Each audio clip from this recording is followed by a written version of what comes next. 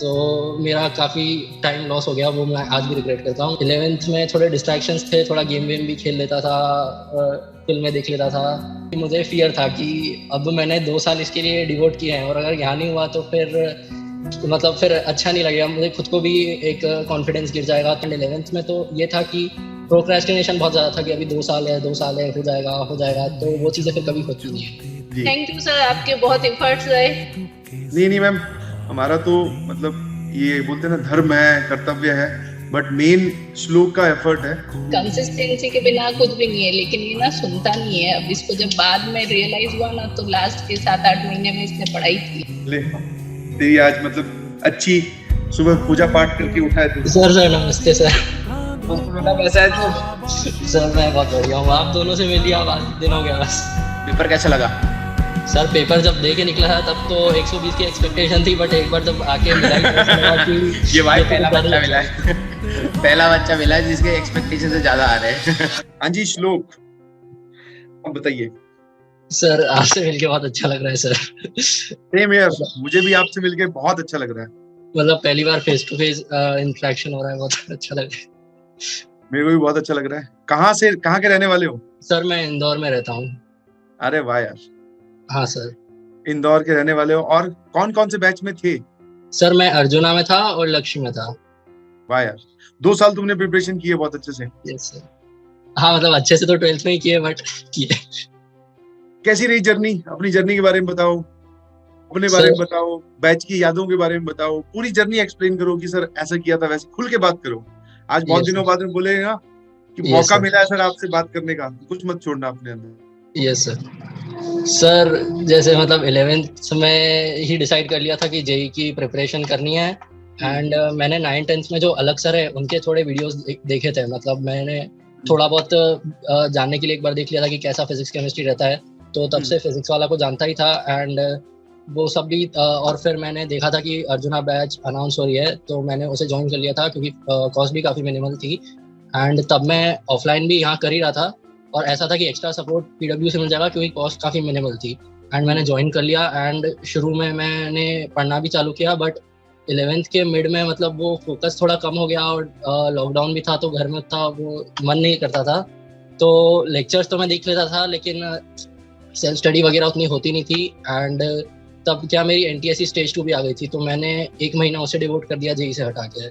तो मेरा काफ़ी टाइम लॉस हो गया, वो मैं आज भी रिग्रेट करता हूँ। एंड वो बैकलॉग्स कवर करने में काफ़ी टाइम हुआ, एंड 11th थोड़ी फीकी फीकी गुजरी। लेकिन उसके बाद जब 11th का एंड आ गया था, तो फिजिक्स के जो लास्ट के चैप्टर्स है और मैथ्स में जो कोऑर्डिनेट ज्योमेट्री, बाइनोमियल थ्योरम, ये सब मैंने अच्छे से स्ट्रॉन्ग कर लिए थे। बहुत बढ़िया।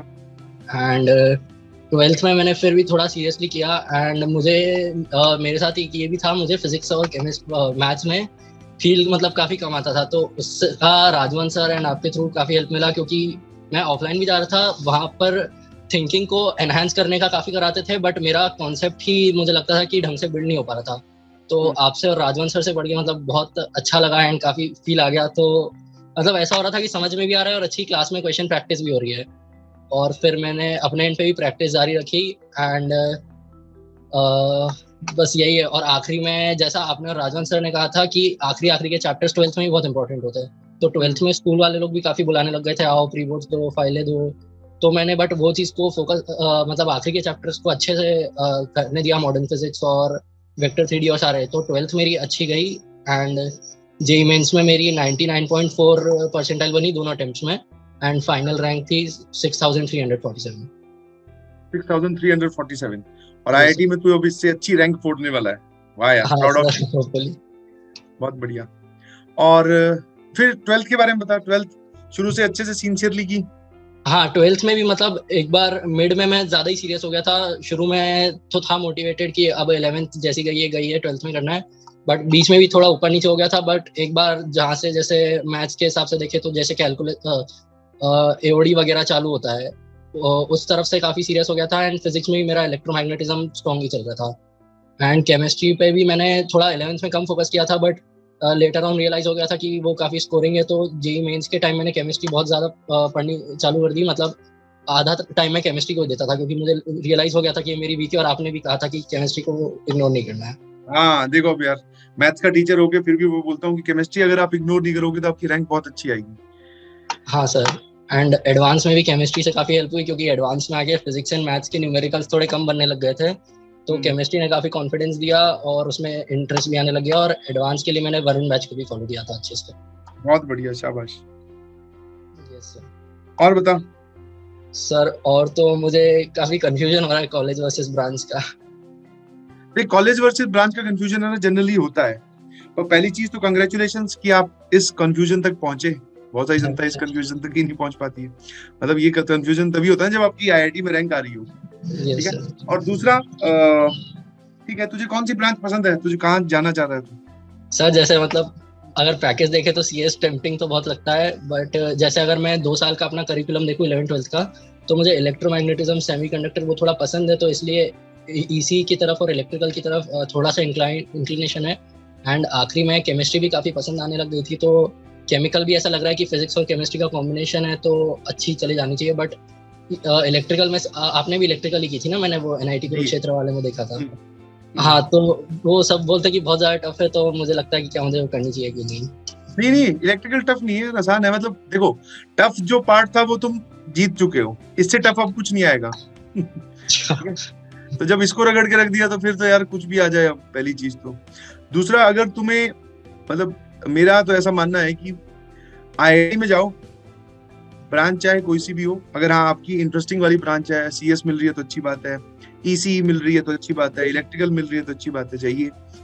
आईआईटी में क्या, आपकी सराउंडिंग बहुत अच्छी होगी ना, पॉजिटिव लोगों से होगी, सब लोग आईआईटीएन हैं, सब लोग उस मेहनत वाले दौर से गुजर के आए हैं, ठीक है, वहां तक पहुंचे हैं। तो एक जो आपका सर्कल बनेगा, फ्रेंड सर्कल, वो बहुत ही पॉजिटिव थिंकिंग वाले लोगों का बनेगा, मेहनती लोगों का बनेगा। फिर जिंदगी में आगे चल के कभी दोबारा मेहनत करने की बारी आ भी जाती है, मान लो। जैसे अब तुझे कॉन्फिडेंस है ना, मान ले अगर कोई तुझे बोले कि यूपीएससी की तैयारी करनी है, लेट्स से फॉर एग्जांपल, तो तुझे ये पता है ना अंदर से कि हाँ मैं जेईई की तैयारी कर चुका हूँ, मैं यूपीएससी भी कर लूंगा, ये समझे। तो वो जो मेहनत की आपने 2 साल, वो आपको कॉन्फिडेंस देगी बहुत सारी चीजें और करने की। इसीलिए तो 2 साल में हमने यही बोला कि भैया मेहनत पे ध्यान दीजिए, सेलिब्रेशन जो होगा वो आपकी मेहनत का होगा, आपकी रैंक का नहीं होगा। रैंक अच्छी आए तो सबको अच्छा लगता है, रैंक अगर खराब भी आए तो घबराने की कोई जरूरत नहीं है। We tried very hard and now we are here. तो आराम से सोच लेना, डिसीजन अभी बनाने में टाइम है। अभी तू रिजल्ट वाले पार्ट को एंजॉय कर। हाँ, पैरेलल में तू एक काम कर सकता है कि ऑनलाइन पे, अभी वैसे तो कोई काम है नहीं पढ़ने वाला, तो ऑनलाइन पे देख ले कि रैंक वर्सेस कॉलेज की, कौन सी रैंक तक कौन सा कॉलेज मिला था, कौन सी ब्रांच मिल रही थी। ये अपने पास नोट्स बना के रख, काउंसलिंग के टाइम पे बहुत काम आते हैं। खुद को एक नॉलेज होनी चाहिए कि हाँ यार ये रैंक है। मैंने एक पूरा चार्ट बना लिया है कि इस रैंक पे किस कॉलेज में क्या, मतलब जो जो मेरे इंटरेस्ट की चीजें हैं तो इस कॉलेज में ये सब चीजें मिलेगी, बट उसको देख के और ज्यादा कंफ्यूजन होता है।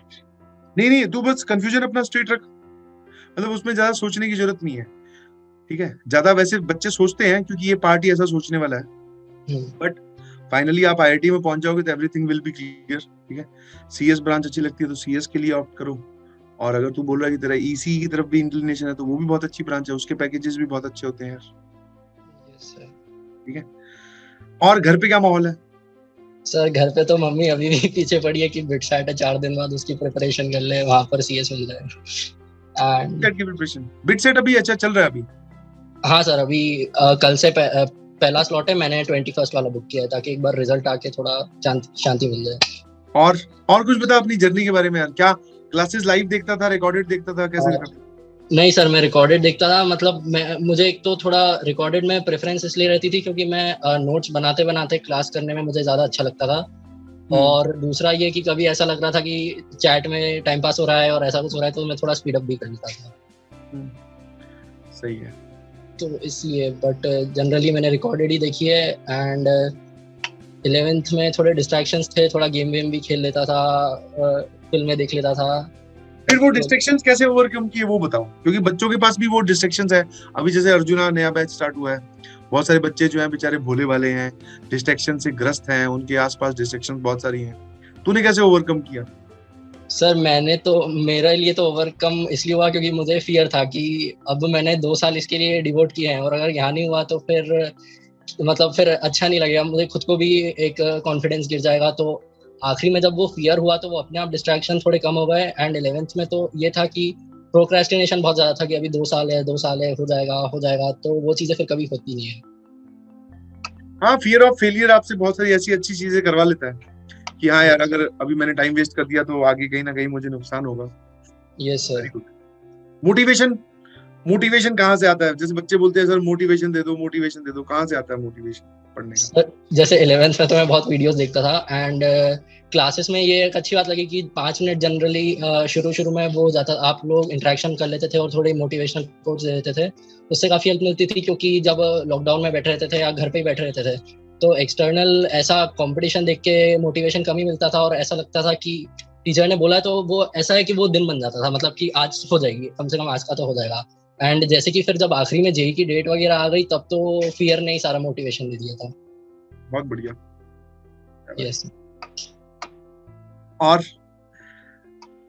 कभी ऐसा फेज आया जिंदगी मतलब प्रिपरेशन में कि अब पढ़ाई नहीं कर रहा हूँ, फिर डाउन फेज आ गया, क्वेश्चन नहीं सॉल्व हो रहे थे, मैथ्स में या फिर टेस्ट में मार्क्स नहीं आ रहे थे, वो वाला हाँ फेज आया सर, था? ऐसा 2-3 बार आया। एक तो जैसे 11th के एंड में था, जब मैंने एनटीएससी के बाद प्रिपरेशन चालू की थी, तब मेरा जैसे पूरा फिक्स शेड्यूल हो गया था कि मुझे सुबह उठना है, लेक्चर्स देने हैं, फिर नाश्ता करना है, फिर लेक्चर्स देखने, क्योंकि बहुत सारा बैकलॉग हो गया। फिर नहाया, लेक्चर देखे, खाया, लेक्चर देखे। तो इस चीज़ के बाद में 1 हफ्ते के बाद इतना बोर और टायर्ड अप हो गया था कि मैंने मतलब 4-5 दिन तक पढ़ाई एकदम छोड़ दी थी। जैसे बच्चों की गर्मी की छुट्टी होती है ना, मतलब मैं भूल ही गया था पढ़ाई क्या होती है। घर वालों ने भी बोला कि ठीक है, तुझे ऐसा लग रहा है तो थोड़ा ब्रेक ले ले। और इसलिए ऑफलाइन भी मुझे थोड़ा हेल्प किया, क्योंकि वहाँ जब पास में इतने सारे पीयर्स होते हैं, तो वो ऑटोमेटिकली इतना लग जाता है कि ये बंदा ये बुक कर रहा है, हर कोई ऐसा ऐसा कर रहा है, तो वो भी एक काफ़ी मोटिवेटिंग फैक्टर रहता है। एंड जैसे कि 12th के मतलब स्टार्टिंग से मिड के बीच में मुझे रियलाइज़ हो गया था कि ऐसे नहीं चलेगा और ज़्यादा करनी पड़ेगी। तो तब मैंने अचानक से मतलब पढ़ाई ज़्यादा करी थी, बट स्टिल मेरे टेस्ट में नंबर नहीं आ रहे थे। तो वो काफ़ी डिमोटिवेटिंग था कि अब तो मैं पढ़ भी रहा हूँ, अब क्यों नहीं आ रहे हैं। बट फिर वो लेटर ऑन रियलाइज़ हुआ कि it will take time, and घर वालों ने भी काफ़ी हेल्प की, एंड मतलब मेंटली मोटिवेटेड रखा और ऐसा प्रेशर नहीं डाला, तो उससे काफ़ी हेल्प हुआ। पेरेंट्स ने एंड काफी सपोर्ट किया मतलब? हाँ सर, मतलब जब मैं नहीं पढ़ता था, मक्कारी करता था, तब डांट भी पड़ती थी, बट जब ऐसा होने लगता था कि इसको हेल्प की ज़रूरत है, तो वो ऐसा नहीं करते थे कि नहीं नहीं पढ़ लो, वो थोड़ा चिल भी करने देते थे। सही है। और एंड शुरू शुरू में जैसे अभी क्या 11th वाले बच्चे आए हैं ना, तो उनके यस। लिए जानना बड़ा जरूरी है। जैसे तैसे सारे क्वेश्चन सॉल्व हो जाते थे क्या, डीपीपी के, क्लास के, मॉड्यूल के? नहीं नहीं, शुरू शुरू में तो जैसे इजी इजी जो चैप्टर रहते हैं, यूनिट डायमेंशन, इनइक्वालिटी, वो सब तो बन रहे थे। बट जैसे थोड़ा अच्छे चैप्टर्स आ जाते हैं, जैसे ट्रिगो मेरा तक खास नहीं था, एंड रोटेशन वगैरह, सेंटर ऑफ मास, ये सब आ गए थे, तो मुझसे नहीं भी बन रहे थे। बट यही अगर तब हमें राजवंत सर ने भी ये कहा था कि अभी तुम बस अपना बेस बनाने पे फोकस करो।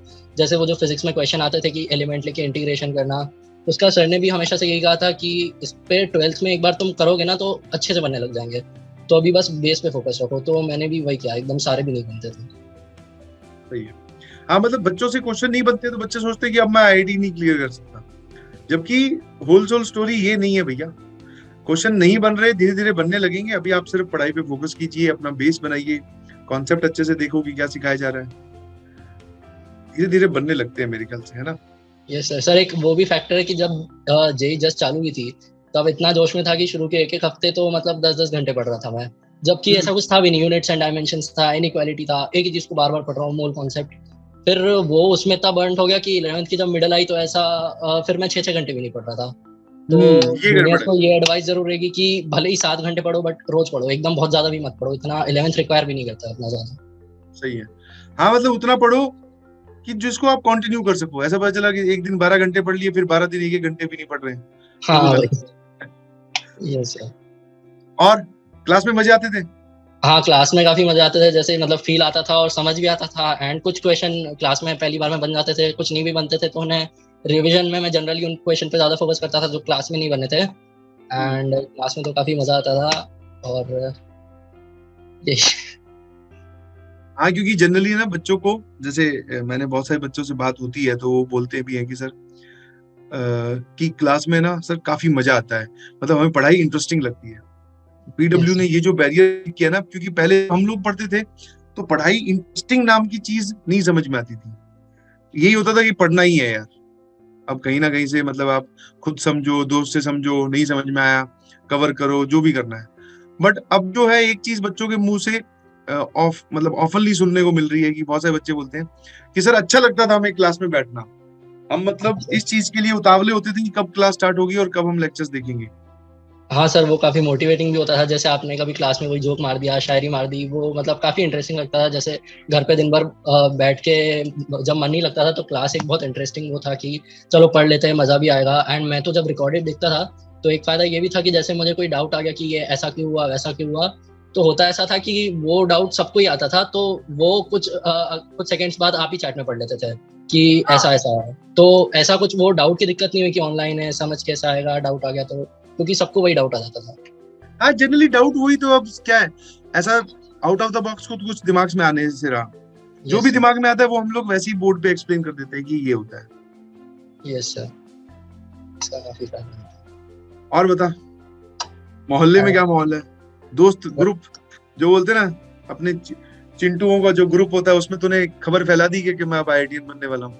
हाँ सर, मेरे सब आसपास वाले चिंटू भी आईआईटीएन बन रहे हैं। अब सबको वही टेंशन है कि रैंक क्या आएगी। अबे इतनी टेंशन नहीं लिया करते यार, जब टेंशन लेनी थी तब ली अच्छे से। अब रिलैक्स हो जाओ, ठीक है? Yes, डू योर मतलब वो ग्राउंड वर्क कर लो, रिसर्च कर लो कि कौन सी रैंक पे क्या कॉलेज मिल रहा है। बाकी आराम से समझदारी से धीरे धीरे सब सही हो जाएगा, घबराओ मत। मम्मी कहाँ पे? मेरे से बात करवा दे अभी। अभी करवा दो। हाँ समझा देता। एक सेकेंड, एक मिनट। हाँ सर, ये मैथ्स के सर है PW. Hello sir, nice meeting you. सबसे पहले good morning, good afternoon. Good afternoon ma'am. How are you? Ma'am मैं बहुत अच्छा हूँ। सो आपने यू? कभी श्लोक के मुंह से हमारा नाम सुना है? क्योंकि हम हाँ कभी सुना है ना, सचिन सर। सही है मैम, हमने पढ़ाया है श्लोक को 2 साल। हाँ, वो फिजिक्स वाला से बहुत पढ़ता था। जी थैंक यू सर, आपके बहुत एफर्ट्स रहे। नहीं मैम, हमारा तो मतलब ये बोलते हैं ना, धर्म है, कर्तव्य है, बट मेन श्लोक का एफर्ट है, जो उसने हमारी कही हुई बातों को फॉलो किया और आज इस बढ़िया रैंक या नंबर तक वो पहुंचा है। एवरेज है सर।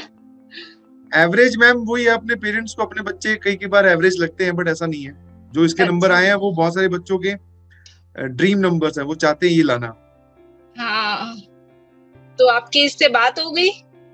जी मेरी इससे बात चल रही है। मैं ये बोल रहा था कि जैसे ऑफलाइन में जब सेलिब्रेशन होगा तो आप भी हाँ। आइएगा, साथ में श्लोक को भी लाइएगा। कब होगा सर? वो होगा, आपको बता दिया जाएगा मैम, वो आपको टीम जो है वो कन्वे कर देगी। ये बोल रहा था कि शायद इसका कोई पेपर है बिट सेट का। हाँ, 21 को बिट सेट का है इसका। हाँ ठीक है, तो आप कोशिश करना कि सेलिब्रेशन में आप भी पार्ट कर सको। हाँ श्योर सर, अगर रहा तो। और बहुत मेहनत की है इसने। हाँ, वो तो नहीं की है सर, वो मैं देखती हूँ। पूरा 12th में मेहनत की है। वो देखो सभी बच्चे, अब देखो ऐसा तो नहीं है ना कि इनको हम कोई बचपन से ही ट्रेन कर रहे हैं कि आईआईटीएन बनना है, सीधे बैठो बस हंसना भी नहीं है, ऐसा कुछ नहीं है। बच्चे हैं, ये अपना काम करेंगे, ये शरारत करेंगे, गेम भी खेलेंगे, बट हाँ अल्टीमेटली इनको ये रियलिटी पता चल गई ना कि हाँ गेम खेलने से काम नहीं चलता है, पढ़ाई करने से काम चलता है। तो वो अगर ये बात मैं इसको 9 से बोल रही हूँ, मैंने इसको शुरू से बोला सर, मैं भी चार्टेड अकाउंटेंट हूँ और मैं फर्स्ट अटेम्प्ट में क्वालिफाइड हूँ, मतलब मैं कभी फेल नहीं हुई। सीए में बोलते हैं कि कोई बिना फेल हुए पास नहीं होता है, जनरली रिपीटेड अटेम्प्ट्स लगते हैं।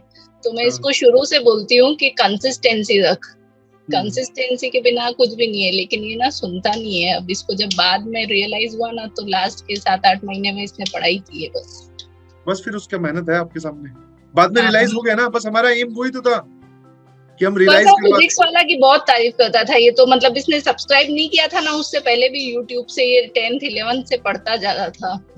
कि जब इसने फीस वगैरह भी नहीं पे की थी ना, उससे पहले भी जो भी अवेलेबल मटेरियल था तो बताता था, मम्मी ये ऑनलाइन इतना अच्छा प्लेटफॉर्म है और ये लोग फ्री में इतना अच्छा पढ़ा रहे हैं, इतना कर रहे हैं, तो अच्छी बात है। आपको कभी डाउट नहीं हुआ कि ऑनलाइन पढ़ रहा है ये, कहीं पता चला जेईई की प्रिपरेशन कहीं खराब ना कर दे, 2 ही साल है? नहीं, वैसा तो डाउट नहीं हुआ सर। मतलब बस ये कंसिस्टेंट नहीं रहता था। पता है कि पढ़ता है 2 घंटे, फिर उठ के चला जाता है, 2 घंटे वेस्ट कर देता है, फिर डांटो तो पढ़ने बैठता है। लेकिन ऐसा नहीं डाउट हुआ कि ये टाइम वेस्ट ही कर रहा है, पढ़ नहीं रहा है। सबसे अच्छी बात क्या लगती है आपको श्लोक की? मेरे को श्लोक में सबसे अच्छी बात तो ये लगती है कि वो पर्सन बहुत अच्छा है। वो पढ़ाई अच्छी करे या नहीं करे, वो बेटा बहुत अच्छा है, वो पर्सन बहुत अच्छा है। और मतलब मुझे ऐसा लगता है कि एक अच्छा पर्सन लाइफ में जैसे वेल स्पोकन है, वेल बिहेव्ड है, ओबीडियंट है, तो वो लोग कहीं ना कहीं सक्सेस मिल ही जाती है अगर थोड़े पढ़ाई में ऊपर नीचे भी हो, लेकिन अगर आपकी कम्युनिकेशन स्किल्स, आपका बिहेवियर पैटर्न, ये सब बहुत अच्छा हो ना, तो एज ए पर्सन वो बहुत अच्छा है, बेटा वो बहुत अच्छा है। उसकी मतलब पढ़ाई भी अच्छी ही करता है 10th वगैरह में और ऐसे, बट मतलब एज ए पर्सन भी वो बहुत अच्छा है, फ्रेंड्स के साथ भी बहुत अच्छा है, सबकी हेल्प करता है जिससे भी जो हो। मतलब ऐसे कोई जेलसी नहीं है उसको किसी से कि ये मेरे से आगे क्यों है, या किसी से कंपैरिजन नहीं है उसको। वो सिर्फ अपने आप को इवेल्युएट करता है कि ठीक है मैं यहाँ हूँ और मैं अपने आप को कैसे बेटर बना सकता हूँ। ये उसकी अच्छी बात है बस। बहुत बढ़िया। चलिए सर, बहुत बहुत धन्यवाद। Thank you so much ma'am, आपको की बहुत हेल्प की आपने। जी जी, thank you so much. Thank you sir. Okay sir, we'll try our best to come in your जी मैम, जी celebration. 100%. If dates are not clashing na, then we'll surely be coming. जी जी Okay. जी। और sir आए तो आपके लिए क्या गिफ्ट लेके आए? मैम हमारे लिए कोई गिफ्ट नहीं लेके आना है, आपको सिर्फ आना है और हमसे मिलना है। हमारे को भी तो दिल से होता है कि टीचर्स ने इतनी मेहनत की बच्चों के लिए, तो at least as a token of there. कोई गिफ्ट नहीं चाहिए, मतलब आप कोई अननेसेसरी पैसे खर्च भी मत कीजिएगा। पैसे की बात ही नहीं है ना सर, नहीं सर, गुरु दक्षिणा की बात है। आपने जो नॉलेज दिया है वो पैसों से तो कंपेयर भी नहीं सकता। बस इतना सा है कि अगर मान लो अगर तुझे कोई जिंदगी में ऐसा लड़का मिले या कोई बच्चा मिले जो जेईई की प्रिपरेशन करना चाहता हो, जो अच्छा प्लेटफॉर्म ढूंढ रहा हो, अगर तुझे लगता है कि पीडब्ल्यू से तुझे फायदा हुआ तो तू रिकमेंड कर देना बस। वो तो मेरी खुद की बहन है, मतलब वही मांग रहा है तो अभी बच्चे मेरी पढ़ाने बेटी आएगी सर 1-2 साल में, और मतलब सर एक्चुअली इसने अच्छा टॉपिक छेड़ा कि उसको कब से हम पढ़ाना स्टार्ट करें। ये 7th में है अभी। 11th से मैम, 11th से कोई दिक्कत नहीं। अच्छा, 11th से पढ़ाई आराम, 11th से आराम से जेईई क्लियर होता है, अननेसेसरी बर्डन मत दीजिए। हाँ, नहीं तो आजकल बोलते हैं 6-7 से, तो अभी आप बोलो कि हम तो 6 से भी पढ़ा रहे, तो मैं तो अभी उसको एनरोल करा दूं। नहीं ma'am, I don't believe that, but हाँ 6-7 से आप 7th की पढ़ाई करवाइए। हाँ, वो तो मैं करवा दूं। के लिए पुश मत कीजिए। जो वो क्लास है अभी, वो बोल रहे हैं जैसे आपने बहुत अच्छी बात की, अभी उसको मेंटली ग्रो करने दीजिए, बच्चों से बात करना सीखे, अच्छे से जेलसी ना आए। ये छोटी क्लासों में तो बच्चा सीखता है, हाँ। बड़ा होके मेरी और आपकी उम्र में थोड़ी सीखता है जेलसी करनी है कि नहीं करनी है, वो तो फिर इनबिल्ट हो जाती है। ठीक है सर, उसको ग्रो करने दीजिए। Yes sir. 11th 12th में आप प्रिपेयर करेगी। Thank you so much ma'am. Thank you so much sir. जी मैम। नहीं सर मतलब मेरी मम्मी और पापा का जैसे। हाँ तो क्या बोल रहा था मम्मी और पापा का? नहीं मतलब बहुत अच्छे चिल पेरेंट्स मिले, क्योंकि जब नहीं पढ़ाई करता था, जब डांट की जरूरत थी तब डांटा भी है, और जब लो फील करता था तब काफी मोटिवेट भी किया है, और they had my back, so I feel very lucky to have. कभी ऐसा लगा कभी ऑनलाइन में डांटा हो कि उस दिन बुरा लगा, ये नहीं अब गुस्सा आ गया, बोले ये क्या बोल रहे हैं सर? नहीं, जैसे 11th में तो नहीं लगा था, क्योंकि अंदर ही अंदर मुझे भी मालूम था कि I am not giving my 100% best. But जब 12th में जब मैंने पढ़ना चालू किया था, जब नंबर नहीं आ रहे थे, तब भी ऐसा तो था कि क्यों नंबर नहीं आ रहे और वो सब। तब मुझे थोड़ा ऐसा उनसे बुरा नहीं लगता था, तब मुझे ऐसा ही लगता था कि अब क्यों नहीं नंबर आ रहे हैं। बट ऐसा कभी बहुत ज्यादा बुरा नहीं लगा उनकी डांट। किनकी डांट होगा? Mummy papa. नहीं, मैं अपने टीचर्स की बात कर रहा हूँ। जैसे तू हम लोगों से पढ़ता था, हमने कभी हमने डांटा हो या तुझे बुरा लगा हो क्लास में? नहीं सर, आपका तो डांटना मतलब आप लोगों का वो मोटिवेशन ही लगता था। वो ऐसा होता है ना कि वो हिट हार्ट करता था तो अपनी गलतियां ही रियलाइज होती थी। ऐसा कभी नहीं लगता था कि मैं तो सब कुछ सही कर रहा हूँ। मतलब ऐसा लगता था कि हाँ सर सही बोल रहे हैं और मुझे ये एक्स्ट्रा करना चाहिए था, एक्स्ट्रा एफर्ट्स डालने चाहिए। मैं वही बोल रहा था कि ऑनलाइन में ना एक डाउट रहता है लोगों को कि कंटेंट शायद इतना अच्छा नहीं है। कुछ लोग तो बोलते हैं एनसीईआरटी का पढ़ाते हैं, कुछ बोलते हैं मेंस का पढ़ाते हैं। तुझे क्या लगा? नहीं सर कंटेंट तो ऐसा नहीं है कि कुछ कमी है। कमी तो मुझे अपने एंड पे ही लगी थी कि मैं इतना थोड़ा बर्नड आउट फील करता था एक कमरे में बैठे बैठे। बाकी कंटेंट तो फुल ऑन है। इनफैक्ट जब मैंने वरुण बैच भी ज्वाइन की तो इतना सारा और इतने टफ क्वेश्चंस थे कि मतलब कंटेंट की कमी तो बिल्कुल नहीं थी। एंड थ्योरी भी क्लास में काफी अच्छी कवर कराई थी, जिससे मेंस में काफी हेल्प हुई थी। एंड एडवांस के भी बेसिक्स उससे काफी स्ट्रांग बिल्ड हो गए। सही है। और एंड तू क्या पूछ रहा था वो पूछ। हाँ, मैं ये पूछ रहा था कि आप कॉलेज रिलेटेड कुछ गाइडेंस या टिप्स दे सकते हो आपके पर्सनल एक्सपीरियंस से और दूसरों के भी एक्सपीरियंसेस से। तो जो होमवर्क कर रहा है वो करके रखना, वो काम आता है। वही रैंक वर्सेस कॉलेज कौन सा मिल रहा है, ठीक है। और फाइनली मेरा जो गाइडेंस या फिर जो सजेशन है वो ये है, इसको वापस तो और भी लोगों से डिस्कस करना, कि you should go with IIT rather than NIT में सीएस लेने की बजाय। मेरे हिसाब से तो आईआईटी जाना चाहिए, ठीक है। वहां पे ब्रांच चाहे सीएससी मिले, चाहे इलेक्ट्रिकल मिले, चाहे केमिकल ही क्यों ना मिले, अगर मैं होता तो ये करता। नाउ डिपेंडिंग ऑन, ये तो मेरी एक सजेशन है, ठीक है। अब इसको आप अच्छे से रिसर्च करो, क्योंकि आईआईटी में जाओगे तो क्या आपका वही पीयर ग्रुप जो होगा वो बहुत अच्छा होगा, ठीक है। तो थॉट बनेंगे, अच्छे बनेंगे, ठीक है। पूरे 4 साल हमें वहां बिताने हैं, ये भी तो है, वो 2 दिन के लिए थोड़ी जाना है, 4 साल बिताने हैं, तो अच्छी जगह जाना चाहिए, ठीक है। और ऐसा नहीं है कि आईआईटी एनआईटी में से एनआईटी बुरी है, आईआईटी बुरी है, ऐसा कुछ नहीं है। आईआईटी ऑब्वियसली नो डाउट अच्छी है, एनआईटीज की भी प्लेसमेंट बहुत अच्छी होती है, बट अगर इफ यू हैव चांस तो आपको जाना चाहिए आईआईटी की, मेरे ख्याल से, ठीक है। Yes sir. एंड सर, राजवंश सर से भी ऑनलाइन इंटरेक्शन हो सकता है या उनसे फिजिकली मिलूं? मैं 1 सेकंड में भी मैं पता करवाता हूँ कि राजवंश सर आए हैं कि नहीं आए। अगर आए होंगे तो अभी बुलवा देता हूँ। ले, तेरी आज मतलब अच्छी सुबह पूजा पाठ करके उठा है तू। सर नमस्ते सर। नमस्ते बेटा, कैसा है तू? सर मैं बहुत बढ़िया हूँ, आप दोनों से मिल लिया, आज दिन हो गया बस अभी जस्ट अभी घर से आए थे, सर का कॉल आता, लिफ्ट में था मैं तब। अच्छा। और बताओ कौन से बैच? सर अर्जुना और लक्ष्य। वेरी गुड यार, पेपर कैसा लगा? सर पेपर जब दे के निकला था तब तो 120 की एक्सपेक्टेशन थी, बट एक बार जब आके मिला ही तो ऐसा लगा कि ये भाई ये तो पहला कुछ बच्चा ज्यादा मिला है। पहला बच्चा मिला है जिसके एक्सपेक्टेशन से ज्यादा आ रहे हैं। चलो सही है यार, सिलेक्शन पक्का होएगा डेफिनेटली। और कोई ब्रांच फिक्स कर रखी है? हाँ सर, जैसे मैंने मुझे 12th में इलेक्ट्रोमैग्नेटिज्म और वो सेमीकंडक्टर वाली चीजें पसंद आई थी, तो मैं सोच रहा था ईसी या फिर ई की तरफ जाऊं जैसे। और मैकेनिक्स में मुझे रोटेशन वगैरह उतना खास नहीं था, तो मैं मैकेनिकल और सिविल की तरफ थोड़ा कम इंक्लिनेशन है। कोर में मत जाओ। हाँ नहीं सही है, कोर, ये इनको हम कहते हैं कोर कंपनीज, मतलब कोर ब्रांचेस होती हैं। और इसमें ना क्या है कि देखा जाए तो अभी रिसेंटली एक स्टेटमेंट भी आया था, मिनिस्ट्री से ही आया था, कि मतलब ये मतलब आईटी मद्रास के जो चेयरमैन थे उन्होंने भी बोलता दिस इज वेरी कंसर्निंग कि बच्चे कोर ब्रांचेस लेकर ही कोडिंग ही कर रहे हैं। तो ये इंडिया के फ्यूचर के लिए भी बड़ा खतरनाक ही है। तो इट्स बेटर कि आप वो सीट मत ही लो जिसमें आपको जाना ही नहीं है ना।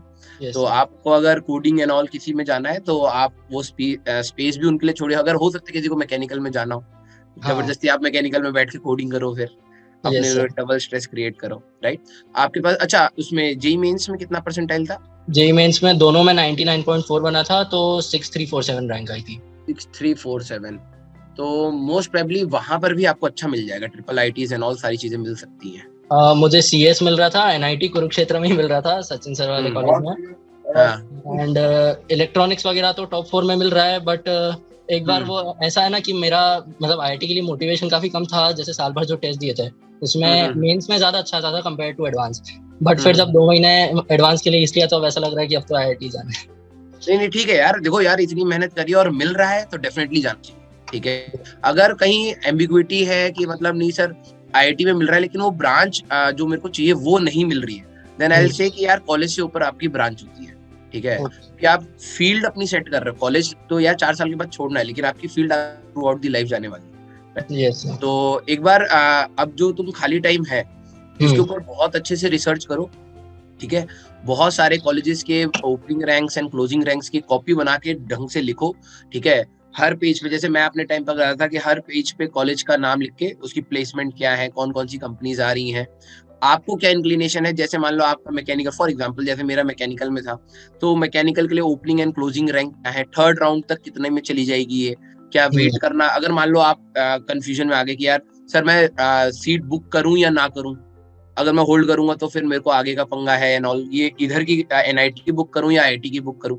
तो आपको पहले से अगर क्लैरिटी है कि हाँ यार राउंड तक यहाँ तक रैंक पर आ जाते हैं ये लोग, ठीक है, तो मेरे को मिलने के चांसेस हैं, तो फिर आप अच्छे से इसमें गैम्बल कर पाओगे, ठीक है। अगर आपको यही नहीं पता कि कौन से कॉलेज में कहाँ तक जाएगा एंड ऑल, तो फिर आपके लिए थोड़ा सा मुश्किल होगा। एंड कॉन्ग्रेचुलेशंस, आपने 11th एंड 12th दोनों में ही मतलब कंबाइन करके ही निकाल लिया है। क्योंकि कई बच्चों का ये होता है कि यार मतलब सुनते नहीं है ढंग से, ठीक है, कहाँ भाग गए, हेलो, अरे सर वो फोन आ गया था, वो काट रहा था तो भाई एक सेकंड के लिए अटक गया। कोई नहीं। मतलब अगर आप आओ, ये कौन सी सिटी से है? इंदौर से। अगर सिलेक्शन वाला जिस दिन अगर होगा, अगर आप आ पाओ तो मैं हम लोग अपने प्रेजेंट बैचेस में जो बच्चे हैं हम लोग उनको क्योंकि उन बच्चों को ना हमारे वर्ड्स शायद रिलेट नहीं होते हैं, may be because of the age gap और may be because of the comfort zone they are in, right. तो मैं आप सभी लोगों से, जो भी बच्चा सिलेक्शन है भले वो अच्छा है या जैसा भी है, आपका एक्सपीरियंस हम लोग उन बच्चों के साथ शेयर करना चाहते हैं, सो दैट हम लोग उनको भी डायरेक्शन दे पाए, ठीक है। क्योंकि जब आपने भी तैयारी करी होगी आपको भी प्रॉब्लम्स आई होंगी, है ना।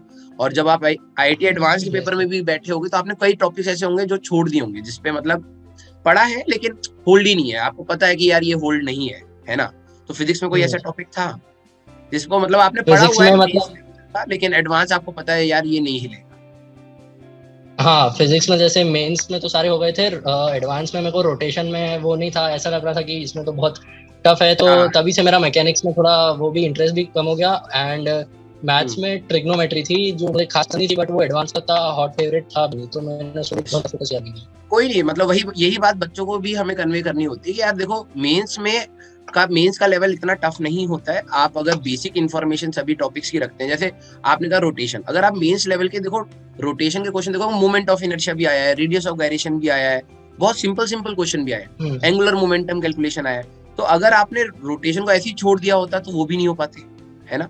लेकिन यस, हाई लेवल नहीं हो पा रहा तो उसका भी पेशेंस है, कोई नहीं, उसकी एनर्जी आप दूसरे चैप्टर पे लगा लो, हो सकता है इलेक्ट्रो पे लगा लिया आपने या फिर करंट पर लगा लिया, वो एनर्जी जो आपको समझ आ रही है उसको और पॉलिश करके एडवांस लेवल का वहां टच कर लिया। तो बच्चों को भी आई होप आप थोड़ा सा गाइड कर पाए, ठीक है। और आप जैसे स्टूडेंट्स की हमें रिक्वायरमेंट होती है कि बच्चों को थोड़ा सा डायरेक्शनलाइज कर पाए कि भाई की पढ़ाई करते समय दिक्कतें तो आनी है, ऐसा तो हो ही नहीं सकता कि लाइफ बहुत स्मूथ रहेगी, कभी कोई प्रॉब्लम्स ही नहीं आएंगी। और जैसे आपने फाइट मारा है, आपने मेहनत करी है, I wish you all the luck. और बच्चों को भी आप आगे मोटिवेट करना कि यार कि ये लाइफ का पार्ट है। और मैं अपने लाइफ से आपको बस एक चीज शेयर करूंगा कि आप किसी भी कॉलेज में जाए, ठीक है, जो आपने मेहनत करी है ना उसको भूलना मत, ठीक है। क्योंकि 2 साल या 3 साल के बाद आपके अंदर जब जंग लग जाएगा इंजीनियरिंग कॉलेज में, ठीक है, वो मेहनत आपको दोबारा लानी पड़ेगी। आपको भूलना नहीं है कि भाई कि मेरे में सिटिंग कैपेसिटी है, मैं बैठ के पढ़ सकता हूँ, अगर मेरे पे आएगी और कुछ मेरे को पाना है तो मैं उसको पा सकता हूँ, ठीक है। क्योंकि इंजीनियरिंग कॉलेज में जाओगे first year second year, first year थोड़ा सा जोश होता है, थोड़ा सा ठंडा हो जाता है, सेकंड ईयर थर्ड ईयर के सेकंड सेमेस्टर से आप थोड़ा सा हो जाओगे, क्योंकि आपके सीनियर्स की जॉब लगनी स्टार्ट हो जाएगी, तब थोड़ा सा सीरियसनेस आएगा। तो आप पूरी मेहनत जो आपने अभी तक करी है फिर फोकस होके करना, और लाइफ के स्ट्रगल्स अब स्टार्ट होने वाले हैं, ठीक है। अगर आपको लग रहा हो कि सिलेक्शन होने के बाद कुछ नहीं होगा, नहीं, अब हाँ एंजॉय तो करना ही है, लेकिन रियलिटी भी मैं बताऊंगा कि हाँ अब नए चैलेंजेस आएंगे आपके पास, तो उसके लिए जो आपने मेहनत करी है यही आपके लिए बहुत इंपॉर्टेंट है, ठीक है। यही आपको सारी चीजें सिखाने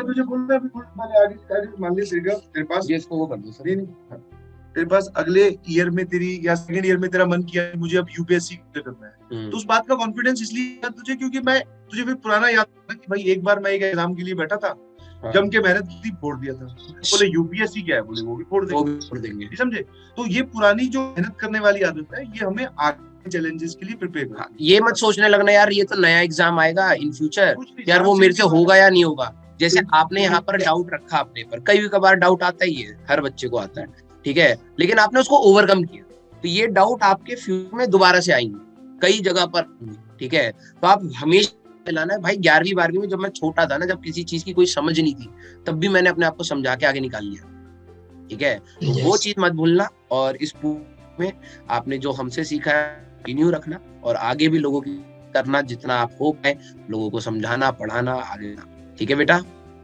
सर मैं आपको पढ़ाई आखिरी थैंक भी करना चाहता हूँ, क्योंकि मतलब मुझे फिजिक्स में मेरा शुरू में डब्बा बहुत गोल था, मतलब कॉन्सेप्चुअल क्लैरिटी उतनी थी नहीं, बट आपसे पढ़ के काफी ज्यादा फील आया और मतलब इंटरेस्ट आ गया था फिजिक्स में कि अच्छा लग रहा है, मजा आ रहा है। एंड मैंने फिजिक्स का शुरू के जो मैकेनिक्स थी वो आपसे पूरी नहीं करी थी, लेकिन एक बार जो रोटेशन खत्म हुआ, फिर थर्मो से लेके जो पार्ट 2 है एंड पूरी 12 वो आपसे ही पढ़ी है, एंड वो टॉपिक मेरे आज तक स्ट्रॉन्ग है सर। मतलब थैंक यू बेटा। अब मैं इससे ज्यादा क्या बोलूं, बस यही है, पढ़ते रहो यार, हम तो यही चाहते हैं कि भाई साहब ये आदमी बहुत ज्यादा कुछ स्ट्रांग है। नहीं, मैं बस यही चाहता हूँ यार कि जो आप पता नहीं मेरे को, मैं अभी जो बैचेस में हूँ, मैं बस बच्चों को ये कन्वे नहीं कर पा रहा हूँ किसी तरीके से कि आपको कलम चलानी पड़ेगी, आपको मेहनत करना पड़ेगा साथ में टीचर के। और वो लोग बहुत डाउट्स में रहते हैं, ये बुक कर ले वो कर ले। मेरे को ऐसा लगता है यार इनको कौन समझाएगा, शायद समझाने, इसलिए मेरे को लग रहा है, मैं बच्चों को भी बोल रहा था जिस दिन एडवांस का रिजल्ट आएगा ना, मैं बच्चों से पूछवाऊंगा यार कौन सी बुक, कौन सा लेक्चर, भाई एक बार कोई भी टीचर पढ़ा रहा है चुपचाप पढ़ते चले जाओ, वहीं से सिलेक्शन हो जाता है, ठीक है। यस तो सर। इसमें मैंने तो बेटा बस अपना काम किया है, और इससे बड़ी बात यह है कि बहुत सारे बच्चों के लिए मैंने काम किया है, आपने उस काम को यूटिलाइज किया है, बस वही बहुत बड़ी बात है हमारे लिए। Yes sir. चलो all the best from my side, और हाँ Thank you, अच्छे sir. से एंजॉय करो अपनी लाइफ, और जल्द मिलते हैं बेटा, ठीक है। हाँ सर, मैं बहुत एक्साइटेड हूँ आप दोनों से फिजिकली मिलने के लिए। यार हम खुद, यार 2 साल हो गए यार तुम्हें अर्जुना लक्ष्य पढ़ा के, 2 साल की मेहनत हमें भी अभी ही मिलती है, ठीक है। तो हमें भी ऐसा रहता है यार कि चलो ठीक है 10 है 20 है या जो भी है, ठीक है। कई लोग दुनिया में कहते हैं कि भाई AIR 1 AIR 2 हमने ये पढ़ा है वो पढ़ा है, मेरे लिए डजंट मैटर, ठीक है। AIR 1 एंड ऑल, तुमने अपना बेस्ट दिया, तुम अपने लिए AIR 1 ही हो, ठीक है? बस मुझे वो मेहनती बच्चों से ना एनर्जी मिल जाती है यार, मेरे को ऐसा लगता है कि चल ठीक है यार, जो बच्चा गिव अप करने के था या कंफ्यूजन में था, कम से कम उसने कुछ कर लिया, वही हमारे लिए बहुत बड़ी मोटिवेशन हो जाती है, nothing else. Yes sir, thank you sir. Okay, all the best बेटा, बाय बाय, ठीक है। थैंक यू सो मच मैं सर। अपनी क्लास के लिए तैयार करता हूँ सर, ठीक है। ठीक है, बाय बाय बेटा, thank you sir, bye sir. Bye, thank you so much, thank you so much sir आपको। थैंक यू बेटा, थैंक यू।